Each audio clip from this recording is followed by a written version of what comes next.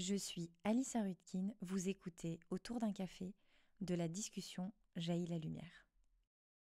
Bonjour les amis, je suis ravie de vous retrouver dans ma nouvelle série de podcasts Autour d'un café. Je suis heureuse de vous présenter une personne aujourd'hui que je ne connais pas très bien, donc je vais la laisser se présenter toute seule. Moi c'est Thomas, du coup, ostéopathe, préparateur sportif, sur les réseaux sociaux sous le nom de Mon Ostéo. Ah oui c'est vrai, t'as pas ton nom en fait. Bah non. T'as même pas mis ton prénom? Bah non. D'accord. Pour ceux qui me suivent, évidemment, vous savez très bien, Thomas, c'est mon conjoint. Il est ostéopathe, donc c'est son premier métier. Enfin, je dis premier métier parce que bon, quand on fait plein de choses, en fait, on a plein de casquettes. Pour démarrer, comment tu définis l'ostéopathie? Les gens, quand on leur dit c'est quoi un ostéopathe, c'est quelqu'un qui soigne de ses mains. Enfin, il y a quand même une énorme différence entre les médecins. Ils nous donnent des médicaments et en fait, ils nous soignent pas. Toi, tu soignes de tes mains. L'ostéopathie c'est trop compliqué. Je dirais juste que l'ostéopathe c'est quelqu'un qui redonne de la mobilité de façon générale et qui va chercher le pourquoi du comment ça bouge pas. Et que ce soit sur tous les plans, que ce soit sur le plan musculaire, articulaire, fascia, donc tout ce qui est tissu de recouvrement. Voilà, en gros, pour faire très simple, c'est l'art du mouvement. Pourquoi toi t'as choisi de faire ostéo quand t'étais jeune? J'imagine que la décision elle a pas été instantanée. Quand t'étais à l'école, tu t'es pas dit je veux faire ostéopathe. Qu'est-ce qui a fait que tu t'es dirigé vers l'ostéopathie? Moi je me suis dirigé vers l'ostéopathie parce que déjà par mon parcours sportif j'ai été amené à rencontrer pas mal d'ostéos, de kinés, de médecins, etc. Et je trouvais intéressant en tout cas la façon de la vision qu'avait l'ostéopathe par rapport à d'autres professions et à quel point il faut quand même être hyper calé sur plein de trucs. Il y avait moins cette notion de répétition que peuvent avoir les kinés parce que en fait c'est souvent la même chose, c'est souvent les mêmes techniques, peu importe la personne, alors que je trouvais que l'ostéopathie on était beaucoup plus dans la compréhension de chacun. Ah mais ça tu le savais pas. Parce que c'était différent. Pourquoi toi t'es allé vers l'ostéopathie? Bah, Parce si, que la différence avec les kinés, ça on va en revenir après. Si, parce que je l'ai vu quand moi j'ai été traité par des ostéos ou des kinés, c'était pas la même chose. L'ostéopathie ça t'a un peu fasciné et tu t'es intéressé Ouais, aux études. ça m'a intéressé, puis après je me suis rendu compte que par ma pratique sportive, j'avais une sensibilité palpatoire, un ressenti des choses qui était un peu différente par rapport à certaines personnes. Et... Quand eux te traitaient, t'avais un ressenti? Ouais. Mais tu pouvais pas savoir si tu l'avais dans tes mains ce ressenti? Non, ça je m'en suis rendu compte à l'école. À l'école? Ouais. Ok. Et les études c'était combien de temps du coup? Moi c'était 6 ans, c'était la dernière école en 6 ans, et maintenant elles sont toutes en 5 ans, voilà. Est-ce que tu penses que pour être ostéopathe, il faut forcément un don ou pas? En fait, quand t'es rentré à l'école, t'as dû rentrer, j'imagine, avec toute une sélection de personnes. D'ailleurs, est-ce qu'il faut une sélection pour rentrer dans une école d'ostéopathie? Officiellement oui, officieusement je pense pas, parce que de toute façon... C'est des écoles qui sont payantes. C'est des écoles qui sont payantes, donc après c'est des pompes à fric pour être... Voilà. C'est combien en gros? Une année? Ça dure 5, J'en ai aucune idée, je crois que ça a commencé à 6 ou 7 000 et ça finissait à 9 000. En fait, plus tu montais dans les études, moins t'avais d'heures de cours, mais plus c'était cher. C'est un concept.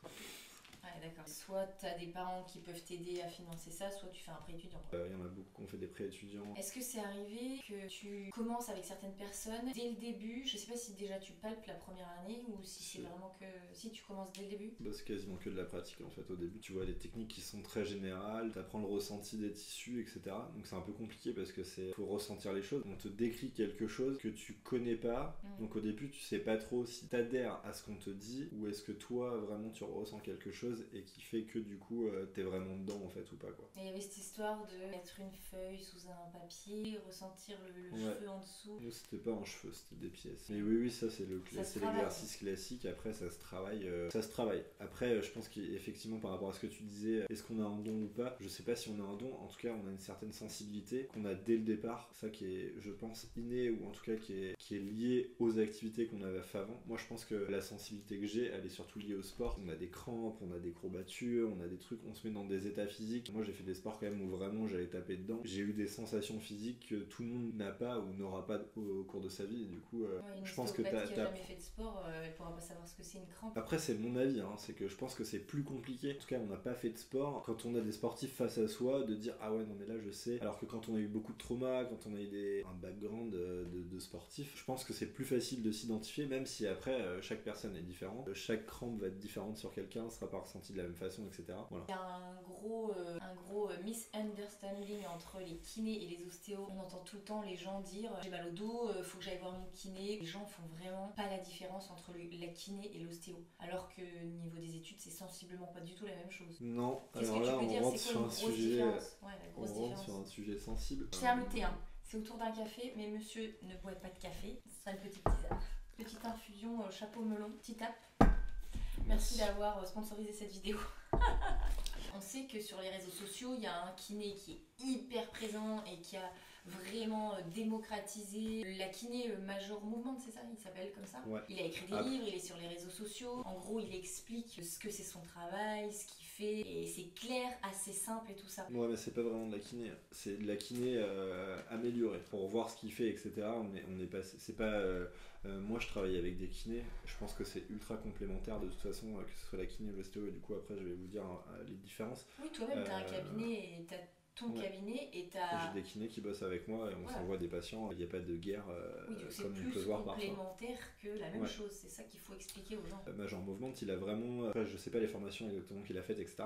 Ce qui est sûr, c'est qu'il il empiète, mais c'est pas il empiète, c'est qu'il a développé sa façon de travailler qui finalement ressemble plus beaucoup à de la kiné parce que il va chercher le pourquoi du comment. Sur de la kinésithérapie, on est plus sur des traitements qui sont locaux, c'est-à-dire qu'ils ont une ordonnance avec écrit rééducation lombaire, on va travailler le rachis lombaire, on va pas essayer de chercher pourquoi le rachis lombaire il est en dysfonction. Ce que fait Major Movement. Et en fait, ça, c'est pas vraiment de la kinésithérapie. Oui, la vraie kiné, c'est... par exemple, moi, je m'en suis cassé le coude, j'avais une... C'est ça, tu fais de la rééducation.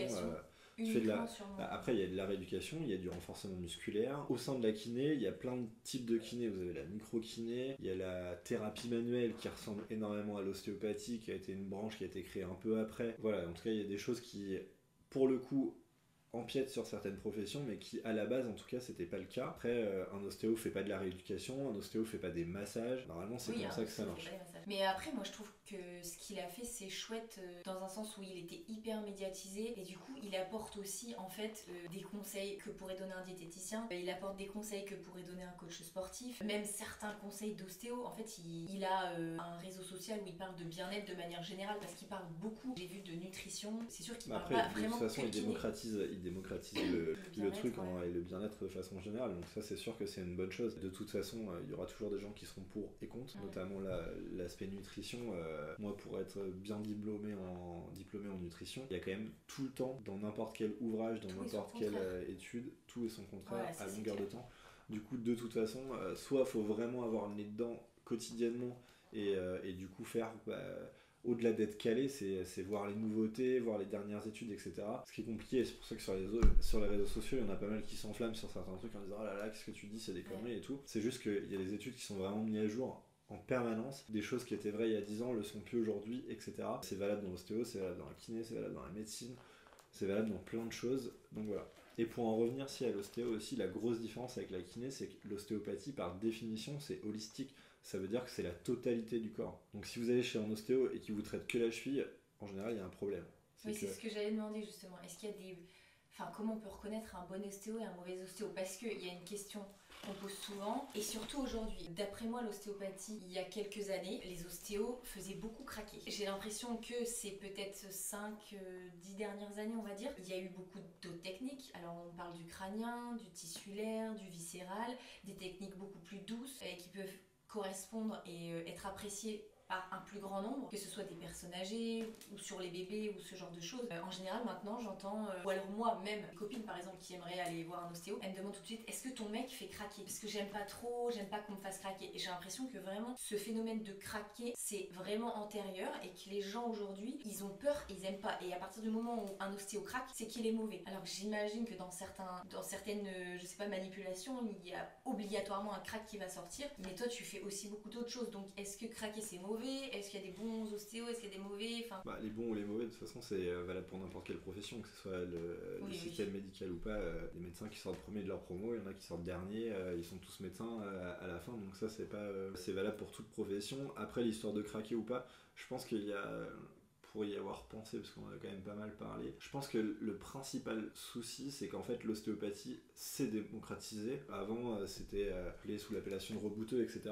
Et je pense que les techniques, ça serait à vérifier, hein, mais tout ce qui est tissulaire, etc., donc les mouvements où on bouge pas beaucoup, ça c'est hyper ancien en fait, c'est vraiment des trucs qui sont très très très ancrés profondément. C'est pour ça qu'on appelait des rebouteux, parce qu'il y en a qui pouvaient faire, c'était associé à des prières ou des espèces de psaumes comme ça, qui font ou du magnétisme qui était un peu associé à ça. Et après il y a eu un peu la vague américaine avec parce que l'ostéopathie vient des États-Unis et je pense que l'ostéopathie qui a été créée par notamment Andrew Taylor Still ou des gens comme ça, qui était de l'ostéopathie crânienne très développée, etc. En fait on a un peu mis ça aux oubliettes, c'est passé un peu plus sur les choses type chiro, en fait, où là il y avait beaucoup de crack, et d'ailleurs les chiros reviennent beaucoup à ne plus faire de crack. La façon de faire craquer, ça correspond à une technique particulière parce que ça envoie un message nerveux particulier au cerveau, ce qui est aussi le cas du tissulaire, mais d'une autre façon. Après, est-ce que c'est bien, est-ce que c'est pas bien? Moi, ma pratique et l'expérience que j'ai maintenant, ça fait presque 10 ans que je suis installé, fait que je suis plus à l'aise avec des techniques tissulaires, et je trouve qu'il y a un meilleur résultat, même si les patients, ça les met plus dans un état second, ou ce qu'on appelle de la décompensation, parce qu'il y a beaucoup d'informations nerveuses que le cerveau il doit capter, mais je trouve que le résultat est beaucoup plus presque plus impressionnant pour le patient. Voilà, on l'a vu parfois sur de l'ostéopathie en piscine et tout, on voit des trucs avec des déroulés tissulaires qui sont vraiment impressionnants. Il y a des très bons mecs qui font que du thrust, donc des mouvements ou des cracks. Le thrust, c'est ce qu'on appelle des mouvements HVBA, donc haute vélocité, basse amplitude, c'est-à-dire que ça va vite sur peu de mouvements. Je crois que les sportifs, par exemple, s'ils ont besoin d'être soulagés rapidement, ça fonctionne bien en fait. En fait, ce mouvement thrust qui correspond au crack, d'ailleurs parfois ça peut ne pas craquer, ça fait la même chose, c'est juste qu'en fait il y a un relâchement instantané du muscle auquel est rattachée l'articulation. Il y a un soulagement qui est instantané, on dit ah putain ça fait du bien, mais par contre on va pas chercher le pourquoi du comment, ça donc va pas être soulagé à long terme. Il est très probable, parfois on peut faire le test, c'est que je te fais craquer une articulation, on reteste 2 heures après, souvent l'articulation on pourra la recraquer. Comme les doigts, c'est vrai non?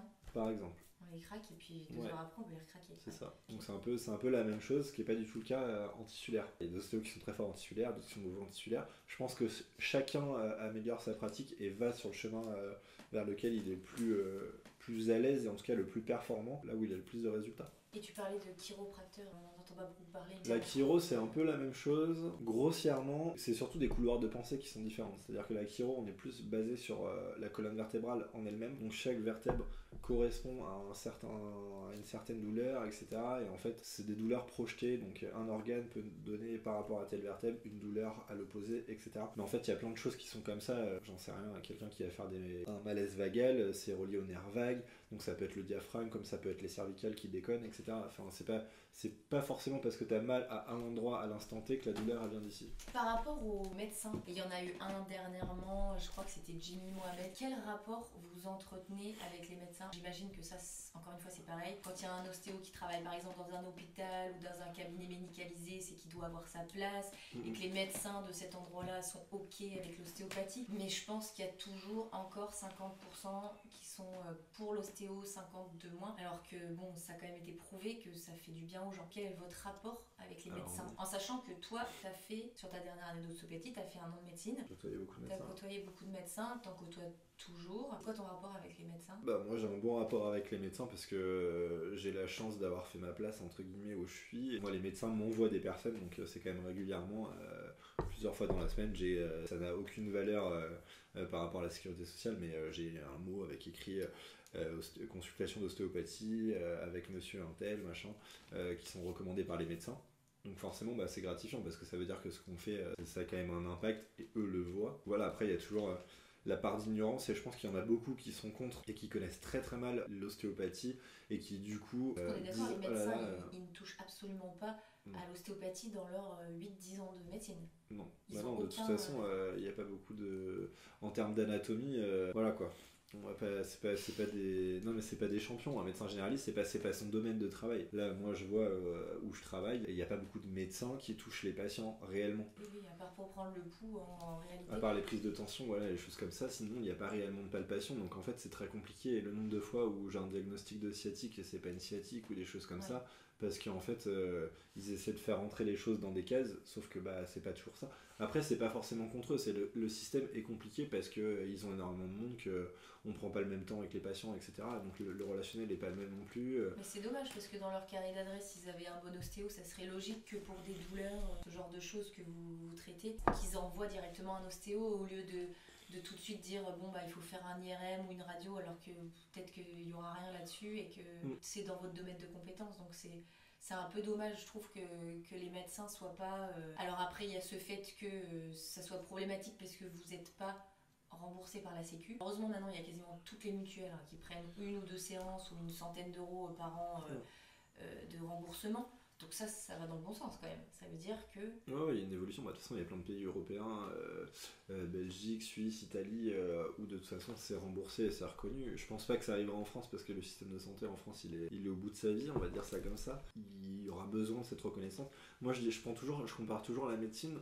Je dis toujours la médecine a mis 3000 ans à être reconnue. Pour ceux qui s'intéressent à l'histoire de la médecine, c'est qu'avant, ils pouvaient pas faire de dissection, ils étaient obligés de le faire en cachette ou alors sur des chiens, notamment Galilée quand il s'est planté sur le circuit sanguin parce qu'il avait fait sur un chien, c'est sûr que c'est comme ça sur l'être humain, puis en fait pas du tout.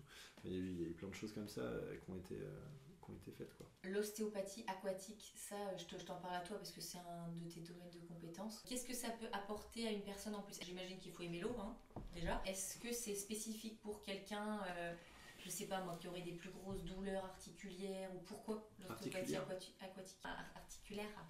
Pourquoi quelqu'un irait à qui tu conseillerais d'aller faire une séance d'ostéopathie aquatique? Je pense que c'est quand même plus destiné à des gens qui sont réceptifs et en tout cas qui sont à l'école, qui sont à l'écoute de leur corps. Parce qu'il y a des personnes, notamment sur le traitement fascia, il y a des personnes qui ressentent absolument pas ce qu'on fait et il y en a d'autres, elles ressentent le moindre flux, enfin je dis flux mais on s'entend, il y a des trucs qui circulent qu'on n'explique pas forcément, mais il y a des trucs qui se passent en tout cas, et certaines personnes ressentent tout, d'autres ressentent absolument rien.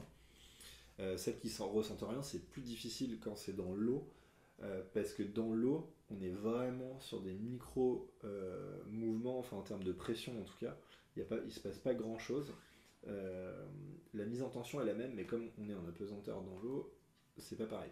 Par contre, visuellement, pour celui qui regarde, en tout cas, c'est hyper impressionnant parce que le corps va se dérouler complet, etc. Mais voilà, c'est vraiment, c'est pas pareil.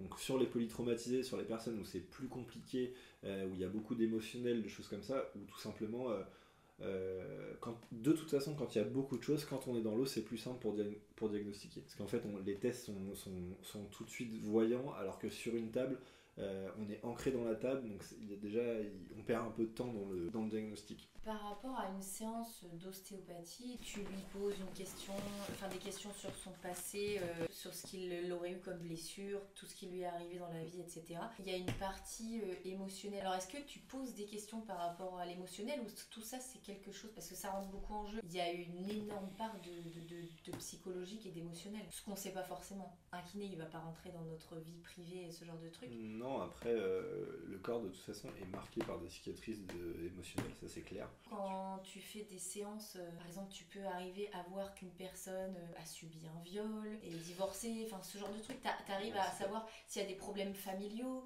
s'il y a des problèmes au rapport au corps, s'il y a des problèmes de TCA, s'il y a des problèmes...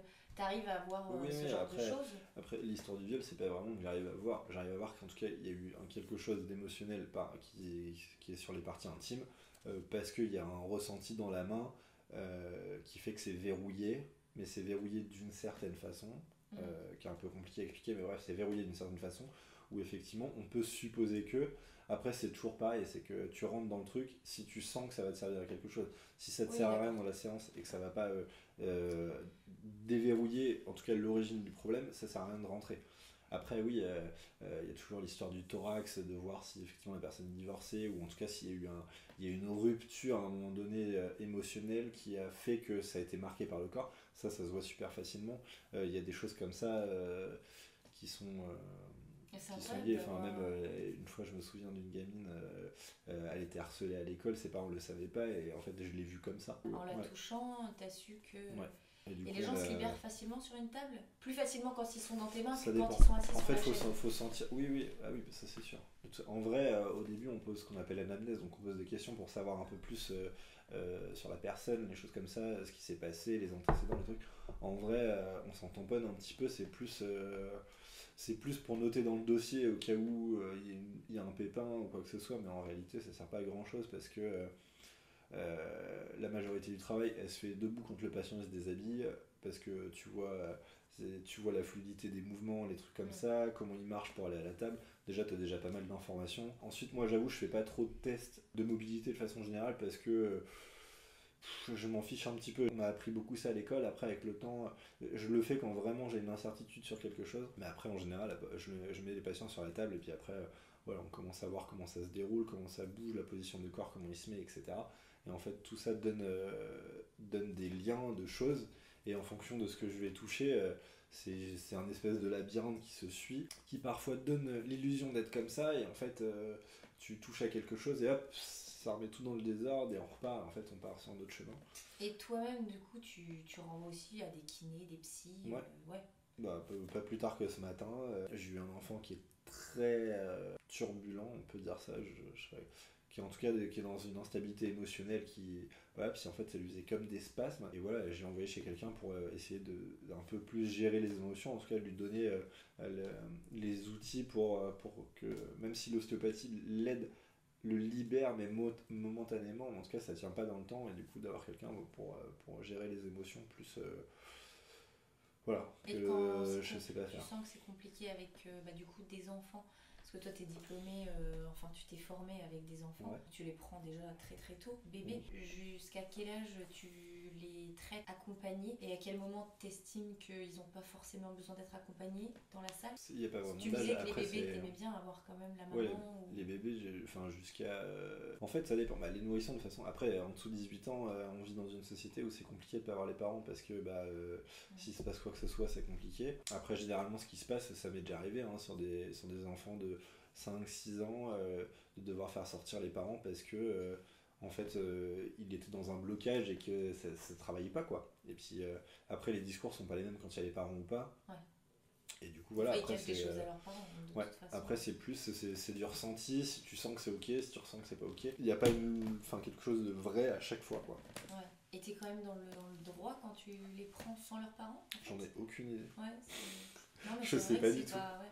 C'est Je sais une pas du question, tout. En général, j'essaie de pas le faire. Enfin, c'est vrai que j'essaie de le faire, enfin de pas le faire, pardon. sauf si tu sens que ça peut leur Sauf faire si du je bien. sens vraiment que ça pose problème sur la séance. Et voilà, où après, de toute façon, il y a des discussions avec les parents. Je sais qu'il y a des parents qui envoient leurs enfants. Après, c'est plus le relationnel aussi que les enfants ont avec les parents. Il y a des ados, c'est les parents qui les emmènent comme ça. Ils leur disent démerde-toi. Voilà, après, ça dépend. Ouais. Sur les questions justement de l'égalité, je crois savoir que vous n'avez pas le droit d'introduire vos patients. Ouais, Ça veut dire dans les orifices. Tout ce qui contient de la muqueuse. Parce que moi je pensais par exemple, pour remettre le coccyx, il fallait mettre ce fameux petit doigt dans les fesses. Oui, bah non, on n'a pas le droit de le faire. Après, normalement, c'est tous les orifices. Donc après, moi, c'est vrai que moi, je mets quand même pas mal de doigts dans la bouche. Je mets des doigts dans les oreilles. C'est libre à chacun. Parce que toutes les femmes qui ont des problèmes par rapport à leur grossesse, leur utérus, leur machin, j'ai cru entendre qu'une fois, il y a une dame, j'ai même une copine qui allait te voir et qui allait voir une autre spécifiquement pour ça parce qu'elle le faisait. Ouais. Et elle a le droit ou pas du coup? D'une femme à une femme, c'est beaucoup plus simple, j'imagine déjà, ça c'est clair. Après déjà, de toute façon, il y a ce paramètre-là qui est en jeu, c'est quand c'est une femme, quand t'es un homme, point, fin du débat. Ouais, toi tu le fais pas. Même si il y en a qui voudraient, non, on ne fait pas. Après, voilà, je sais qu'il y a une ostéo qui le fait dans le coin, qui, comme c'est une femme, elle le fait depuis depuis des années, c'est qu'elle est, moi, soit j'envoie chez elle, soit j'envoie chez une sage-femme ostéo. Ça existe. Oui. Ah ok. Ouais, bah sage-femme et aussi. du coup, là, auquel cas, c'est légal parce que sous la casquette de sage-femme, il n'y a pas de souci pour le faire. Mais normalement, non, un ostéopathe, de façon générale, n'a pas le droit de faire de manipulation interne. Une femme enceinte a le droit d'aller chez un ostéo? Ouais. Jusqu'à la fin? Ouais, après à l'école on t'apprend que pas forcément. Après, c'est du ressenti, c'est un travail de confiance. C'est travailler avec des gens. Moi, il y a plein de nanas que j'ai suivies pour les suivis de grossesse entiers. Après, c'est un travail de confiance. Tu sais qu'il y a des choses où il faudra pas toucher. Il y a des trucs, voilà. Après, quand tu montres des massages du col de l'utérus et des choses comme ça pour détendre quand t'es enceinte, bah faut toucher. Voilà. Est-ce que c'est compliqué? Je sais que par exemple, moi quand j'étais enceinte, j'aurais bien aimé me faire masser et j'avais pas le droit de me faire masser. Et je sais que dans les diplômes, les masseuses ont interdiction de faire des massages. Alors il y a des massages après, ce qui est litigieux, c'est de dire, si on rentre vraiment dans l'aspect légalité, c'est de... Si jamais il y avait un problème, si à 7 mois elle déclenche juste comment après, on prouve par A plus B que c'est la manipulation qui a déclenché le truc? C'est compliqué, mais ça peut poser problème quand même. Donc, mais ça peut poser problème. Après, il faut que ce soit si c'est une femme avec grossesse à risque, vous le faites pas forcément, quoi. Non. De toute façon, en général, avant 3 mois de grossesse, moi je touche pas, c'est quand même rare. Ou alors les patientes le savent pas qu'elles sont enceintes. Oui, voilà. Et après, si les derniers, enfin si j'ai fait même 2 jours avant l'accouchement, ici Je voulais savoir, qu'est-ce que tu dirais à des gens, par exemple, qui sont jamais allés chez l'ostéo. Allez-y. J'entends souvent, enfin toi je t'entends dire déjà, il faut pas avoir mal pour aller chez l'ostéo. À quelle fréquence et pourquoi y aller? Ou alors il faut que ça soit comme un rendez-vous, je sais pas, par exemple les femmes, faire vérifier leur poitrine une fois par an, ou un frottis tous les 3 ans. Un ostéo c'est quoi? C'est si tout va bien une fois par an L'idéal c'est que si on a les moyens c'est 2 fois par an, parce que il se passe des trucs dans notre vie, on loupe une marche, on se prend une porte, et en fait surtout... L'équilibrage, tout ça. Ouais, puis en fait l'aspect préventif, on utilise ce mot là, mais en réalité c'est plus de dire que dans la vie de tous les jours on est en adaptation permanente par rapport à des choses. On s'est pris une portière de voiture, on s'est pris un truc, ça je l'entends quotidiennement. C'est oh là là, je me suis fait super mal, je suis bloqué au dos, il n'y a pas eu de facteur déclenchant, donc il s'est rien passé. Ok.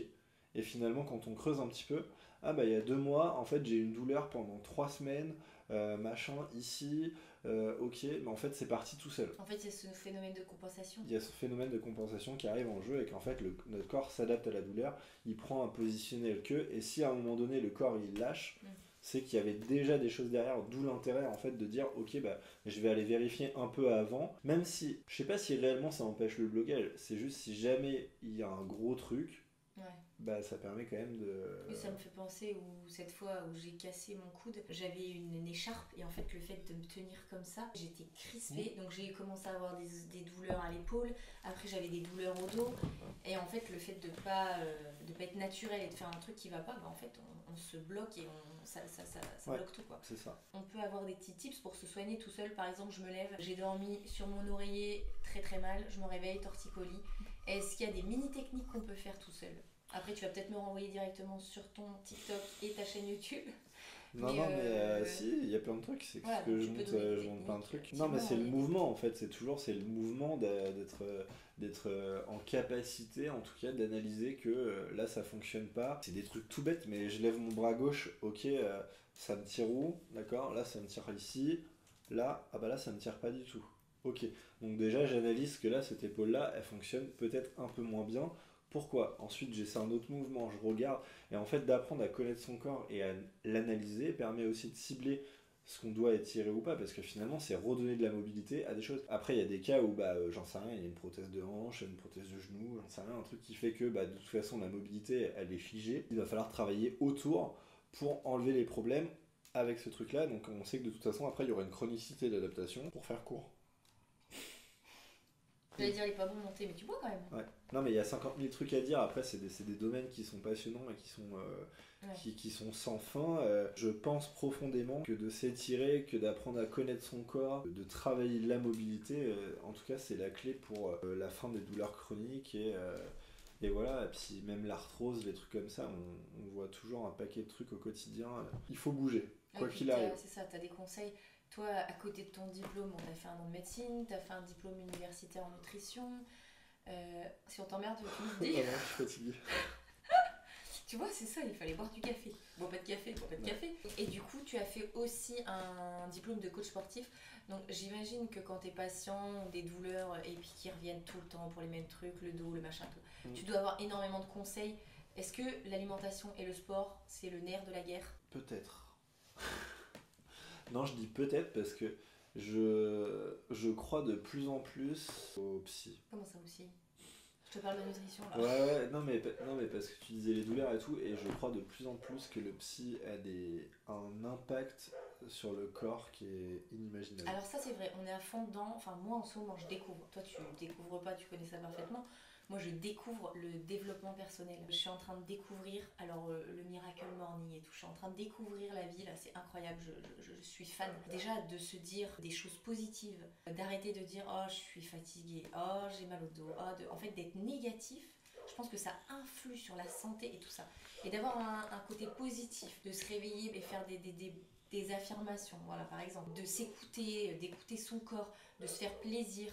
Parce non, puis, je prends l'exemple parce que je l'ai eu il y a 2 jours là. Un chef d'entreprise, ça fait des années que je le suis. Il est pris du dos, mais tout le temps. Pris du dos, pas de mobilité sur les hanches. Mais un truc de fou. C'était à un moment donné, je me suis dit putain, mais il y a de l'arthrose partout, ça l'empêche de bouger et tout. Et en fait, je commençais à douter de ce que je faisais. Et pourtant, je maintenais toujours le discours de me dire faites le tri autour de vous, parce qu'il se plaignait tout le temps, c'était compliqué, machin, le travail, le truc, les employés. Il disait mais faites le tri. Ah ouais, mais vous savez, c'est pas facile. Là, ça faisait 1 an que je l'avais pas vu, et en fait, ça fait 1 an qu'il a plus mal au dos. Et il a fait le tri complet. Et là, du coup, je le reteste sur la table. Tu parles de son entourage ou des employés, les employés qui l'emmerdaient, qui machin, c'était compliqué. Enfin bref, il y avait plein de procédures en cours avec ça. Et il s'est mis sur la table, mais franchement, c'était pas le même mec, quoi. Ouais. C'était ses hanches, putain, il y avait tout qui déroulait, le dos il était complètement souple, il avait ses ischio-jambiers avant c'était du béton, on pouvait pas, il emmenait pas sa jambe à 90 degrés, là je te jure on aurait dit une danseuse étoile. Il portait le poids de ses problèmes en fait. Ouais, mais un truc de fou. Et en fait, et j'avais déjà eu le cas avec un monsieur, je me souviens, qui était très marqué sur une perte de mobilité cervicale, du jour au lendemain où il est parti à la retraite, c'est pareil, ça...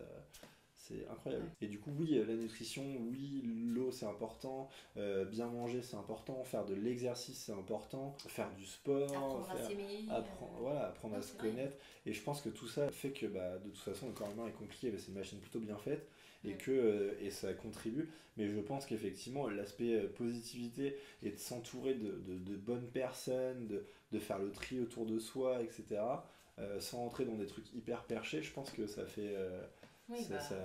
sur le physique, c'est pour le voir de temps en temps, je trouve ça vraiment incroyable. On dit qu'on ressemble souvent aux gens qui nous entourent. Ouais. En fait, à force d'être avec si je te ressemble, on n'est pas dans la merde.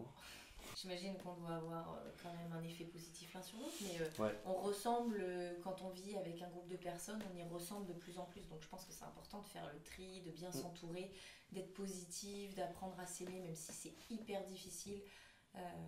Mais après voilà, il y a des choses, par exemple sur l'hygiène de vie, si on prend quelqu'un qui fume un paquet par jour, même si entre guillemets elle est en pleine santé et que par miracle elle va vivre jusqu'à 90 ans, de toute façon sur l'aspect tissulaire du corps, le corps il est pas bien quoi. Ouais. C'est tout sec, c'est tout dur, c'est pas pareil. Voilà. Ouais. Après problème ou pas, il y a de la génétique aussi qui rentre, mais voilà, il y a plein de choses qui font que... Oui, parce qu'il y a aussi des gens qui sont sportifs, en bonne santé, et puis qui déclarent à 50 ans un cancer. Et des fois, c'est la faute à pas de chance. Quoi. Ouais, mais après, on en revient à l'aspect psychologique. Est-ce que cette personne a été bien dans ses pompes? Oui, Est-ce que, ça, il y a des choses qu'on voit pas. On sait pas tout. Et je crois de plus en plus à ça, en tout cas. Ouais. Maintenant, les réseaux sociaux, on voit quand même que tu es hyper présent. Non, t'es pas hyper présent sur les réseaux sociaux, mais je vais l'être. Il se trouve que tu as démarré TikTok par hasard. Explique un peu, c'était drôle quand même. Je crois que j'ai démarré TikTok pendant le confinement, je pense. Ah, le confinement, oui, c'est ça. Oui, t'avais mis un post comme ça. Ah si, c'était pendant le confinement parce que je me faisais chier du coup au cabinet, donc c'était ça. Bah non, mais il y avait personne, on ne pouvait pas travailler, il y avait plus beaucoup de monde qui venait au cabinet, c'était compliqué. Donc voilà, et non, c'est comme ça que ça a démarré, et puis voilà, après ça a bien pris. T'as ouvert ton compte où il y avait 0 abonnés, t'as fait un TikTok qui a été vu 3 millions de fois. Et du coup, t'as eu plein de monde et du coup maintenant, il y a du monde. Du coup, tu t'es obligé à le faire. En fait, t'étais pas. Ouais, puis après, en fait, je trouve qu'il y a une demande et les gens sont intéressés. Il y a des échanges qui sont intéressants. Et puis voilà, c'est bien. Après, c'est pas de la médecine à distance ou quoi, mais c'est donner des conseils sur des trucs. Et après, si on peut aider. Par des mouvements ou des trucs, il y a plein de choses qui sont faisables chez soi, donc je trouve ça intéressant. TikTok, mon ostéo. Et je suis tu sur vas YouTube démarrer aussi. Ta chaîne YouTube, oui, évidemment. Elle vous mettra tous les liens en description. Il faudra bien s'abonner et mettre un like et une cloche. En plein milieu, parce que c'est mon fauteuil, hop, on va mettre le petit truc ici. Et du coup, t'as 110 000 personnes sur TikTok, ce qui est énorme, c'est super. Mais on en revient du coup à Major Mouvement. Comme c'est pas des séances personnalisées, parce que toi, tu prends pas 10 minutes avec tes patients, tu prends 30-40 minutes quand même. Ouais. Donc ce que tu fais sur TikTok, tu réponds à des questions, tu donnes beaucoup d'explications, mais tu donnes aussi beaucoup de conseils nutrition, beaucoup de conseils sur des entraînements physiques à faire. Tu fais pas que de l'ostéopathie, en fait, sur TikTok, obligatoirement. Non, c'est du bien-être général. Okay. C'est de la nutrition, c'est du sport, c'est des mouvements. Voilà, je pense que c'est tout s'imbrique comme ça. D'accord. Qu'est-ce que t'en penses? Je sais pas quoi penser de tout ça. Non, mais c'est bien. Moi, je trouve que c'est intéressant et effectivement, TikTok, c'est du rapide, c'est du. Moi, par exemple, je suis pas une adepte de TikTok. Je sais qu'il y a des gens qui adorent TikTok. Moi, je suis pas fan. Je trouve que ça va hyper vite. Moi, je suis plutôt le ralenti, le calme, prendre le temps. Donc c'est vrai que moi, YouTube, c'est vraiment les YouTube, les podcasts, c'est vraiment ce que j'aime le plus. Du coup, t'as certainement ouvert une chaîne. D'ailleurs, il y a 1 ou 2 vidéos, non? Une chaîne YouTube. Oui, il y en a plus d'une, il y a eu des shorts que j'ai repostés, et puis Voilà. il va y avoir des vidéos, il y a des projets en cours. Du coup, plus spécifiques, plus approfondis et tout ça. Ouais, puis après je vais essayer de faire différents formats. Là j'ai essayé de tourner des choses avec... tester des produits de santé que vous voyez partout, voir si c'est réellement efficace. Ah oui, c'est ou pas. vrai, il y a des influenceurs qui mettent des corsets, des trucs, enfin, il y a tout un tas de bordel. Après, ça, c'est bien d'avoir des professionnels qui y testent et qui nous disent si c'est bien ou pas, parce que bon, avant de mettre 50. Après, je sais pas si j'ai la meilleure des paroles ou quoi. Après, c'est sûr que j'essaie de rendre le truc accessible et que les gens fassent un minimum de conneries pour être bien. De toute façon, ce qu'on attend de vous, c'est que vous donnez votre avis. Major Mouvement, le premier, il n'a pas attendu à ce qu'on lui dise c'est bien ou pas bien. Il le fait, il a envie de le faire, il le fait, c'est très bien. D'ailleurs, comme ça va être la fin de ce podcast, est-ce que tu as d'autres projets? Ouais. Ah bon? Ouais, il y a d'autres projets. Je te lance la perche. Non, il y a un projet de podcast qui va arriver, je sais pas quand, sur la santé. Ce sera sûrement une chaîne Twitch, où ce sera donc du direct qui sera après retransmis sur une chaîne YouTube dédiée à ça. Ouais, donc on abordera... des invités. Où il y aura des invités, que ce soit de la santé, de tout ce qui est un peu... peut-être du spirituel. Ouais, voilà, faire des trucs... voilà, en tout cas c'est en cours de création. Bon, et il y a un autre petit projet, mais visiblement pour l'instant il va rester secret. Mais non, je peux pas en parler. Tu peux pas en parler, mais certainement d'autres projets dans ce domaine-là. Bon bah super, puis de toute façon tu es toujours au cabinet, tu as toujours tes consultations, travail au cabinet, travail des réseaux sociaux, tu es bien occupé, tu as d'autres projets en cours. Donc, ouais, bah, qu'est-ce qu'on peut te souhaiter? All the best, you know. Pardon. Ben non, mais le meilleur est la santé, frère. Ah, bah voilà, ça c'est un beau mot de fin. La santé. Hein, le mot de la fin, c'est ça? Allez, à la tienne. Prenez soin de vous. Tu sec. Prenez soin de vous, bonne santé. On te souhaite le meilleur. Les amis, prenez soin de vous, prenez soin de votre santé. Merci les amis d'avoir suivi ce podcast. Je suis ravie d'avoir partagé ce moment avec vous. Suite au prochain épisode autour d'un café avec un nouveau sujet de société et un nouvel invité. À bientôt. Je suis pas sûr d'avoir fait la main, c'était busy.